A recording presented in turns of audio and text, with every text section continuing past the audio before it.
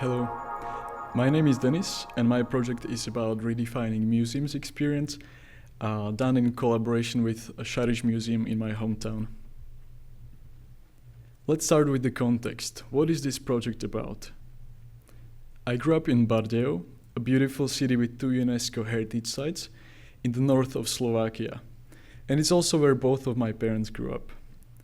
However, all of my grandparents grew up in villages and moved to Bardejov during the urbanization, which was strongly supported during communism. And to preserve the memory of a village, communists built open-air museums, such as the one I am collaborating with. And when it opened, city people could come here to remember their childhood in the village. Through field observations and interviews, I learned that the oldest visitors still experience this nostalgia today. However, this generation of my grandparents is slowly fading away, and young people do not have the same connection anymore. Such as a young man whom I interviewed who said that folklore is for old people. We shouldn't think about the past. Present and future are important. And paradoxically, he is an altar boy at a Catholic church full of traditions, but those give him value for present. Many young people in Slovakia are like him, and they are losing interest in the museum. And no wonder they are. Apart from adding new buildings, there have been no visitor experience innovation since the museum's opening in 1965. So, what if we changed it? Innovation could attract more visitors and tourists to the region of Bardejov, which is also one of the least developed in Slovakia. But how do we bring this innovation? We need a bigger, future-proof change. That's why I followed the meaning-making radical innovation approach, which is about looking for the meaning of a solution and trying to come up with a new way to achieve it. For example, a horse has a meaning of transporting from point A to B, and a new way to achieve it could be a car. So, what does this museum mean to people? This was the strategic part of the project. Its main meaning used to be nostalgia, but it can't be brought back as people will never live in those wooden buildings again. So what other meaning could we innovate through? I interviewed different young people who love and hate open-air museums, and each of them inspired a different possible meaning. With the museum employees, we chose to focus primarily on relaxation because of multiple reasons. Let me introduce them to you. The interviewee who inspired this was the guy who lived in the USA. He loves folk open-air museum because it's peaceful and relaxing. And he said that Americans have Central Park and Slovaks have open-air museums. Context of my museum partner plays a big role, as it's located in a forest, in a spa area where patients come from long recharging stays, and locals usually come here during the weekend to chill. Relaxation was one of the most common words in the museum's Google reviews, together with oasis of peace and beautiful. With the museum employees, we narrowed down the target group to a young family, and we created a proto-persona based on their experience with visitors and their own families. So say hello to Kovač family. Mother, father, grandma, and 2 pre-adolescent kids aged 9 and 11. They say that kids should visit museums as part of school, and in our free time, we want to relax. Kovač family is on a weekend day trip in Bardejov, but they come from a nearby city, and this museum is their last stop, so they are quite tired. So based on the needs of this proto-persona, we also decided for relaxation. But as it is quite a big decision for the museum to change their strategy to relaxation, I wanted to get some more quantitative data on this. So we ran a validation survey where visitors could vote for one of 3 ideas by throwing a walnut in a jar. The survey ran for 2 days during one of the popular museum events, and we gathered 144 votes from all the generations from our proto-persona. The most popular idea was called Relax, like 100 years ago. And it was about relaxation through activities. And on the second day, we took those activities out, and the passive relaxation was less popular. So through this, we concluded that active relaxation has the potential to become the new museum strategy and meaning for upcoming generations.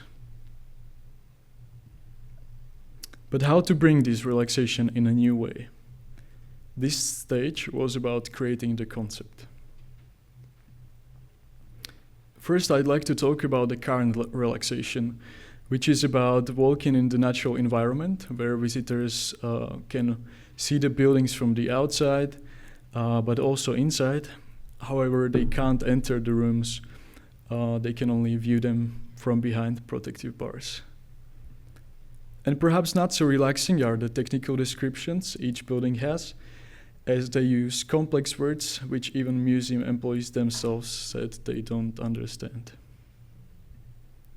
So to find out how to improve this current relax, I had a look at the world's largest study on rest by HubHub, which was done in 134 countries with around 18,000 participants. It presents the most relaxing activities, and it is important to mention that pre-adolescent kids relax in the same way as adults. Some of these activities are already well present in the museum, like being in nature or walking. Some do not fit the context, like taking shower, watching TV, doing nothing, listening to your favorite music. And being alone doesn't fit our proto-persona. So what was left to focus on was reading and mindfulness. And mindfulness is about fully focusing on the present moment through your senses. So for example, you're not just seeing things, but you're looking at them, not just hearing, but you're listening, active listening. Now, there were many design principles and insights that guided my ideation, but I'd like to highlight one that's perhaps a bit controversial, and that's no technology in the solution. Local culture and tourism expert in Bardejov told me about a museum in nearby Krakow, where they invested heavily in technology, projections, screens, even holograms. But in 4 years, this technology became outdated and expensive to manage. This is from a museum in Helsinki where I've been multiple times, and every time there was this sign in front of the VR: "I am sorry, I am being serviced." And in other museums I visited, it was oftentimes similar. My museum partner has only 3 full-time employees and very limited finances, so it would probably also end up looking the same. Last but not least, our parents say, "Kids, look, this is what life was like before tablets and smartphones." So I decided to keep the authentic folk experience. Ideation was a continuous process. Every research activity inspired some ideas. I have also done rapid prototyping and testing and multiple rounds of crazy eights to get more ideas. And then I clustered them and chose 2 that could include reading and mindfulness. And I created 2 prototypes for them. The first prototype, Living Books, is about immersive stories. First, visitors can read a story while laying down comfortably. Then they can see places from the story, try activities from the story, or even meet the characters. There would be 3 stories focused on different generations from our persona, and the prototype was one of the stories, which also encouraged visitors to accept modern change, but also value traditions. The second prototype, Folk Spa, was about mindfulness. In each building, you would have an activity focused on one of the senses, and these activities would be based on the interests of our persona. For example, smelling fresh and dried flowers or ripping feathers. At the end, visitors would receive a gift, a postcard talking about mindfulness 5 4 3 2 1 technique, for which they can take relaxation home with them. So to see what people think about these prototypes, I ran a validation experiment where they gave feedback on the ideas and then tried them through prototypes. I did it with 5 different family groups with kids from our target group, and these were the outcomes. The story took me back to those times. It's 100% better than what the museum offers now, quote by a grandma. The plot of the story also made her reflect on change in society. She remembered her mother's mother-in-law who was refusing electricity to be installed in their house because it was new and scary thing.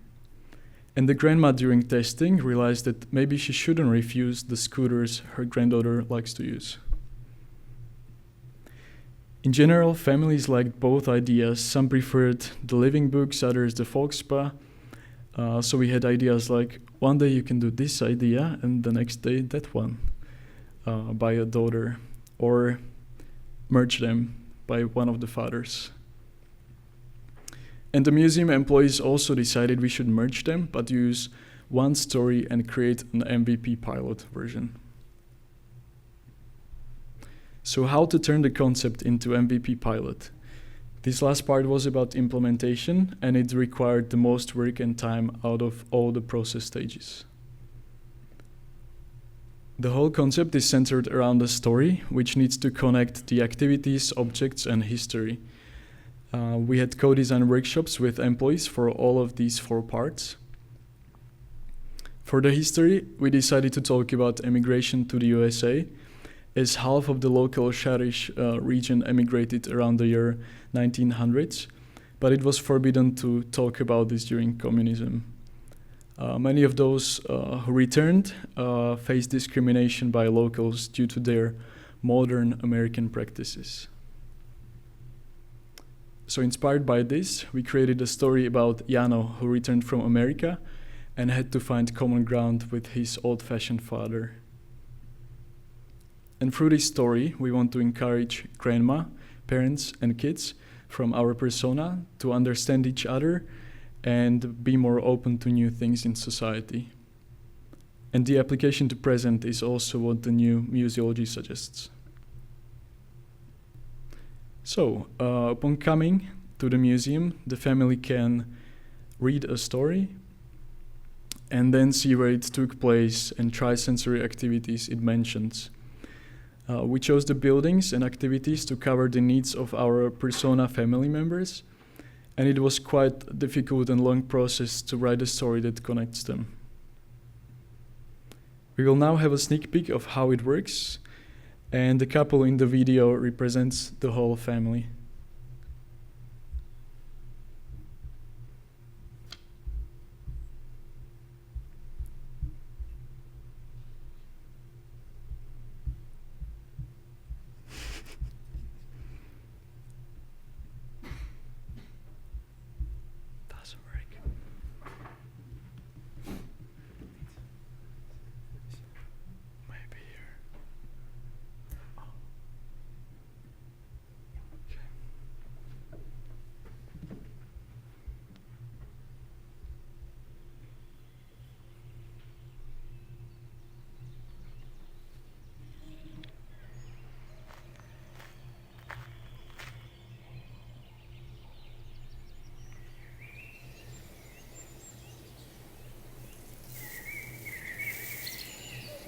Jano sa hádal s otcom, že je staromodný. Nechcel vynoviť studenú podlahu v ich dome, ani nové stroje na pole.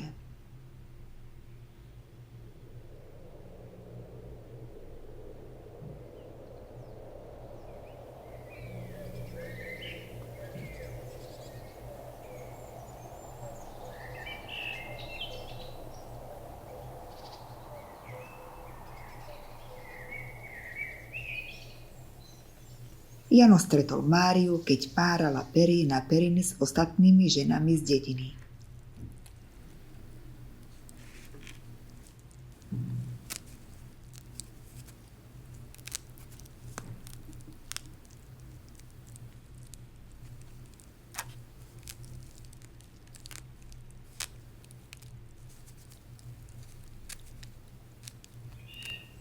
Na ich svadbe Mária zaspievala Janovi smutnú pieseň, lebo onedlho odišiel do Ameriky.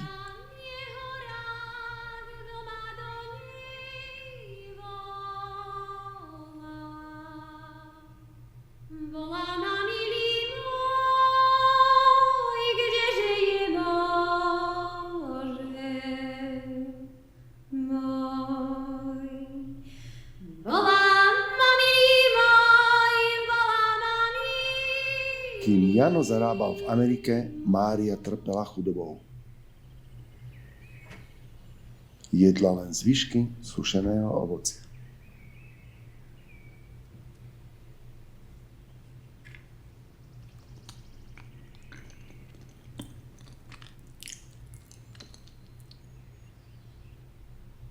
Na jar stromy krásne voňali. Jano sa vrátil z Ameriky, no doma ho čakalo nešťastie.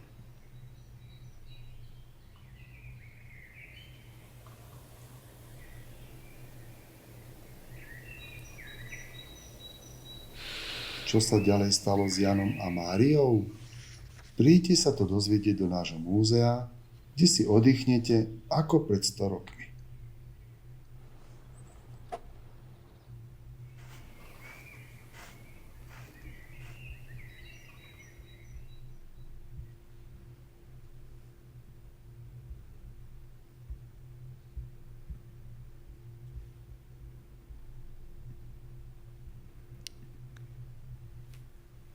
The booklet with the story, which visitors can take home with them, also mentions historical facts to give relevance to the story. And every activity has a short description with one sentence context summary from the story. So, what is the proposed value of this project? For the young families, it is learning through relaxation and bonding through intergenerational understanding. For me, it helped me on my transition from UX design to CX design. I reconnected with my ancestors and history, and what I will try to improve in the future is being less afraid to utilize co-design in the earlier stages of the process.